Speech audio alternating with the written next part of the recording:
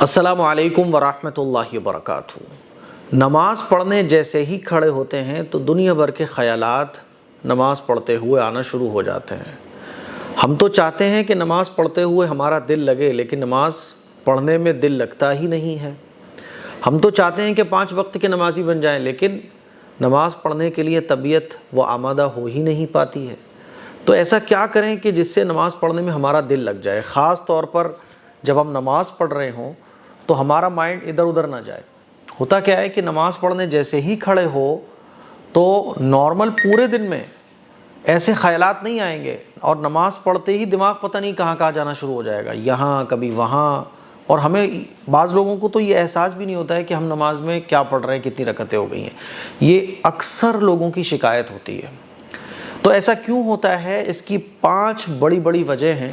اگر ہم اور آپ ان 5 وجہوں پر غور کریں اور ان 5 چیزوں پہ کنٹرول کر لیں تو نماز میں ہماری طبیعت لگنا بھی شروع ہو جائے گی اور نماز میں خیالات بھی نہیں آئیں گے۔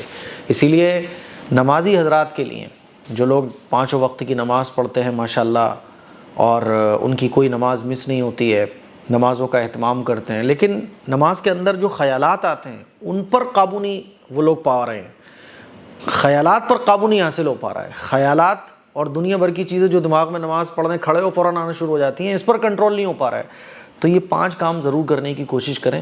اور جو لوگ بے نمازی ہیں، نماز پڑھنا چاہتے ہیں، ہر مسلمان جو نماز چھوڑتا ہے وہ یہ سمجھ رہا ہوتا ہے کہ میں غلط کام کر رہا ہوں، اور ہر مسلمان یہ سمجھتا ہے یار میں بہت گنہگار ہوں، میں نماز چھوڑ رہا ہوں۔ تو کیسے ہم نمازی بن سکتے ہیں؟ یہ 5 چیزوں پر اگر آپ عمل کر لیں، ان 5 چیزوں کو آپ کنٹرول کر لیں تو انشاءاللہ نماز میں خیالات آنا بھی بند ہو جائیں گے، نماز میں دل بھی لگنا شروع ہو جائے گا۔ اور نماز چھوڑنے میں جو بہت آسانی سے ہم چٹکیوں میں نماز چھوڑ دیتے ہیں، نماز چھوڑنا بہت بھاری پڑ جائے گی ہمیں انشاءاللہ۔ یعنی نماز چھوٹے گی تو ہمیں بے چینی شروع ہو جائے گی، نماز پڑھے بغیر سکون ہی نہیں ملے گا۔ ایسا کیسے ہوگا؟ ان 5 باتوں کو ذرا دھیان سے سنیے گا آپ۔ پہلا ہے کہ اللہ کی نعمتوں کی شکر گزاری۔ ہم یہ سوچیں کہ اللہ نے کتنی نعمتوں سے ہمیں نوازا ہوا ہے، یہ آنکھ، یہ ہاتھ، یہ صحت کا سلامت رہنا۔ کبھی ہاسپٹل میں جو لوگ ایڈمٹ ہوتے ہیں، بڑی بڑی بیماریوں سے جو لوگ جوجھ رہے ہیں، جو اپاہج ہیں، جو بڑے بڑے حادثوں کا، بیماریوں کا شکار ہو چکے ہیں، ان کی طرف ہم غور کریں اور سوچیں کہ اللہ نے ہمیں صحت دی ہوئی ہے، میری آنکھیں سلامت ہیں، میرے ہاتھ سلامت ہیں، میرا پیٹ سلامت ہے، میں اچھا کھا پی سکتا ہوں، کوئی بھی کھا لوں کوئی پرابلم نہیں ہے۔ اللہ کی نعمتوں کو سوچیں آپ۔ جب آپ اللہ کی نعمتوں کو سوچیں گے، میرے بیوی، میرے بچے، میرا گھر، اللہ کا کتنا بڑا کرم اور اس کا فضل ہے۔ جب آپ اللہ کی نعمتوں کو سوچیں گے، روزانہ سوچیں گے اور اللہ کی نعمتوں کا شکر ادا کریں گے، تو آپ اللہ کے قریب جانے میں بالکل بھی نہیں ہچکچائیں گے۔ دیکھیے، سوچئے ذرا کہ اگر ہم بیمار ہو جائیں تو فوراً ہمیں ہاسپٹل ایڈمٹ کرانے کے لیے لوگ لے جائیں گے، اور ہم وہاں جو سانس اللہ تعالیٰ ہمیں دے رہا ہے، یہ فری میں کتنی سانسیں روزانہ ہمیں مل رہی ہیں، اگر ہماری یہ سانس آنا بند ہو جائے تو ہمیں فوراً ہاسپٹل لے جایا جائے گا، اور وہاں آکسیجن اور جو آکسیجن سلنڈر ہے وہ لگایا جائے گا۔ کتنا ہزاروں روپے کا خرچہ ہمارا روزانہ کا ہوگا، اور ہم بستر پہ الگ پڑے ہوں گے، پیسے الگ خرچ ہو رہے ہوں گے۔ اللہ کی کتنی بڑی نعمت ہے کہ اللہ تعالیٰ مجھے فری میں اتنی سانسیں دے رہا ہے، میری آنکھ سلامت ہے، اگر میں اندھا ہو جاؤں تو لاکھوں روپے خرچ ہو جائیں گے اور بستر پر الگ پڑا رہنا ہوگا، تب بھی پتہ نہیں ہوگا کہ میری آنکھ صحیح ہوگی کہ نہیں ہوگی۔ تو اس سے بہتر ہے کہ اللہ کی اتنی بڑی نعمت ہے کہ میں اللہ کا شکر گزار بندہ نہ بنوں۔ کوئی مجھے اگر 1 کروڑ روپے سیلری دے، میں تو اس کا غلام ہو جاؤں۔ یہاں اللہ تعالیٰ مجھے اربوں خربوں بیش قیمتی نعمتوں سے نواز رہا ہے، پوری باڈی میری صحیح سلامت ہے۔ تو جب اس طرح سے ہم اللہ کی نعمتوں کو سوچیں گے، ریمائنڈ کریں گے، اپنے مائنڈ میں اللہ کی نعمتوں کو گھمائیں گے کہ یار اللہ مجھے، میرے اللہ نے ہاتھ سلامت رکھے ہوئے ہیں۔ کبھی سوچ کر دیکھیے کہ ہاتھ خراب ہو جائے تو کیا ہوگا؟ میں ڈاکٹروں سے درخواست کروں گا، ارے ڈاکٹر صاحب پیسے لے لو، میرا ہاتھ صحیح کر دو بس۔ کیسے لوگ ڈاکٹروں سے ریکویسٹ کر رہے ہوتے ہیں، ڈاکٹر صاحب مریض کو بچا لو بس، کیسے ہی میرے بچے کو بچا لو۔ یہاں تو اللہ نے سب مجھے صحیح سلامت رکھا ہوا ہے، تو کیا میں اللہ کا شکر ادا نہ کروں؟ اور اللہ کا شکر ادا کرنے کی بہترین صورت کہ میں نمازوں کا اہتمام کروں۔ تو جب ہم اللہ کی نعمتوں کو سوچتے ہیں، دیکھو ہمارے ساتھ دنیا میں اگر کوئی اچھا کر دے تو ہم کیسے اس کی شکر گزاری کرتے ہیں، اور اس کا احسان ہے میرے اوپر۔ تو اللہ کے احسانات ہمارے اوپر کتنے ہیں؟ پرابلم یہ ہے کہ ہم اللہ کی نعمتوں کا شکر ادا نہیں کرتے، اللہ کے جو انعامات ہیں ہمارے اوپر ان کو نہیں سوچتے۔ جب ہم سوچیں گے تو آٹومیٹک دل اللہ کے گھر کی طرف کھنچے گا. تو پہلا جو کام ہے وہ اللہ کی نعمتوں کی شکر گزاری، اللہ کے انعامات کو سوچنا. سمجھ رہے ہو؟ تو انشاءاللہ ثم انشاءاللہ آٹومیٹکلی آپ مسجد کی طرف آپ کے قدم بڑھنا شروع ہو جائیں گے. آپ کا دل چاہے گا کہ میں اللہ کے سامنے ہاتھ پھیلا کے کہوں اللہ تیرا کروڑوں مرتبہ شکر اور احسان. تو یہ پہلی بہت بڑی اور اہم چیز ہے کہ ہم اللہ کی نعمتوں کو استحضار کریں اور اللہ کی نعمتوں کی ناشکری نہ کریں بلکہ اللہ کی نعمتوں کا شکر ادا کریں. سمجھ رہے ہو؟ نمبر 2، دیکھو ایک بات اور میں آپ کو سمجھانا چاہوں گا. دنیا کے اندر ودھایک ہو، کوئی بڑا منتری اور سنتری ہو، اور اس کے ذریعے ہمارا کام پورا ہو سکتا ہو، تو ہم کیسے اس کے ہاں چکر لگاتے ہیں، اس کو تحفے وغیرہ بھجواتے ہیں، کیونکہ ہمیں پتہ ہوتا ہے اس کے ذریعے ہمارا کام ہو جائے گا، ہمارے بچے کی جاب لگ جائے گی، ہمارے بچے کا ایڈمیشن ہو جائے گا. تو ایسے ہی جب ہم اللہ کی نعمتوں کو سوچیں گے نا تو آٹومیٹکلی دل میں اللہ کی محبت آئے گی. اسی لیے یہ اللہ کی نعمتوں کی شکر گزاری یہ بہت بڑی چیز ہے. دوسرا کام ہے جو آپ کو کرنا ہے، جو عام طور پر لوگ نہیں کرتے. جو لوگ 5 وقت کے نمازی ہیں، خاص طور پر ان لوگوں کے لیے یہ کہ نماز میں آپ جو پڑھ رہے ہوتے ہو، ایک تو جو آپ پڑھ رہے ہوتے ہو اس کا تلفظ ٹھیک نہیں ہوتا ہے، ٹھیک ہے.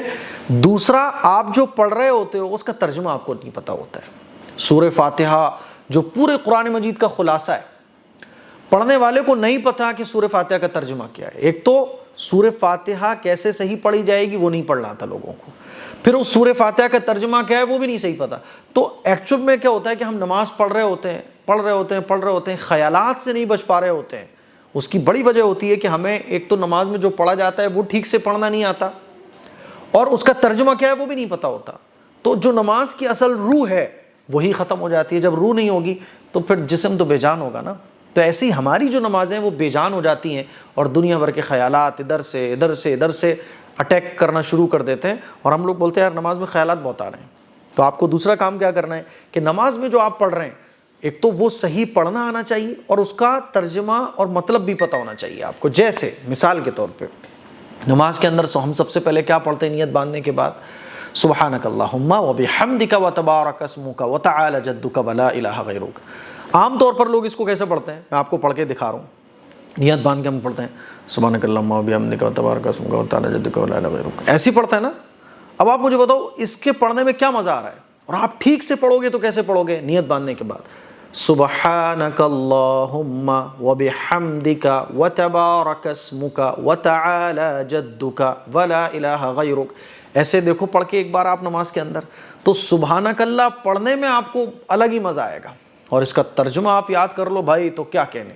سبحانک اللہم، اے اللہ تو پاک ہے، وبحمدک ہم تیری تعریف بیان کرتے ہیں، وتبارک اسمک اور تیرا نام کتنا بابرکت ہے اللہ، وتعالی جدک اور اے اللہ تیری بڑائی کیا کہنے، ولا الہ غیرک اور اللہ تیرے سوا کوئی عبادت کے لائق نہیں ہے، کوئی معبود نہیں ہے. اس کو ذہن میں رکھتے ہو آپ کبھی پڑھ کے دیکھو سنا، تو آپ کو الگ ہی نماز کے اندر لطف آئے گا.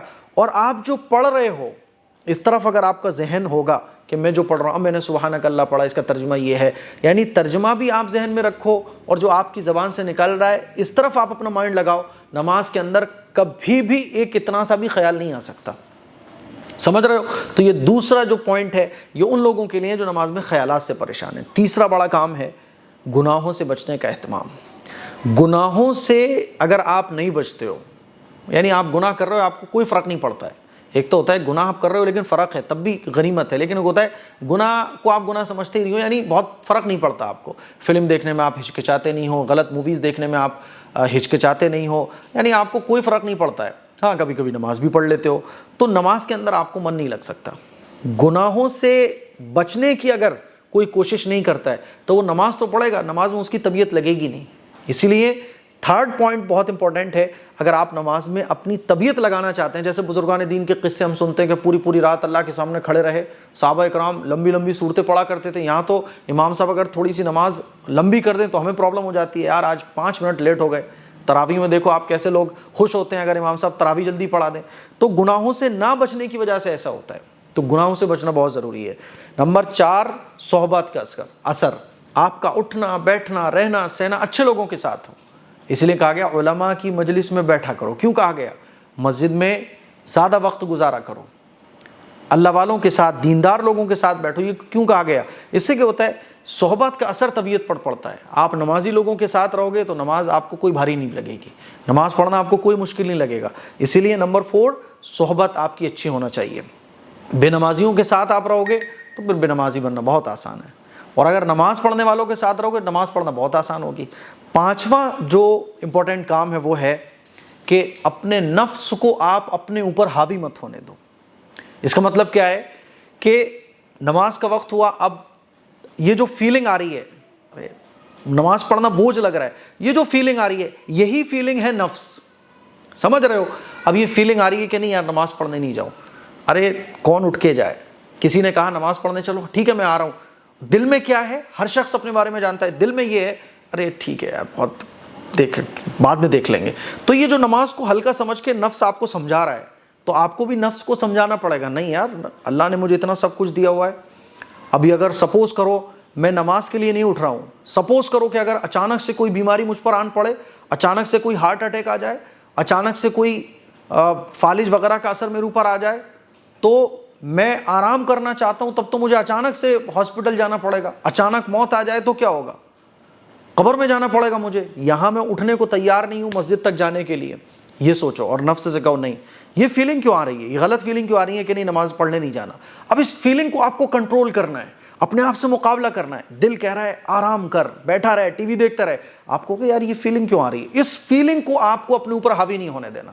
اور جب آپ اس نفس پر، یہ جو فیلنگ آ رہی ہے اسی کو نفس کہا جاتا ہے، تو اس کو جب آپ کنٹرول کر لو گے، اور یہ جو احساس آپ کو ہو رہا ہے کہ یار یہ میرے اندر فیلنگ غلط آ رہی ہے، اس کو ختم کرنا ہے، اب آپ اس کے لیے کوشش کرو گے، اور جب کوشش کرو گے تو انشاءاللہ دھیرے دھیرے دھیرے کبھی 1 وقت پڑھو گے، پھر 2 وقت پڑھو گے، پھر 3 وقت پڑھو گے، 5 وقت کے نمازی آپ بن جاؤ گے۔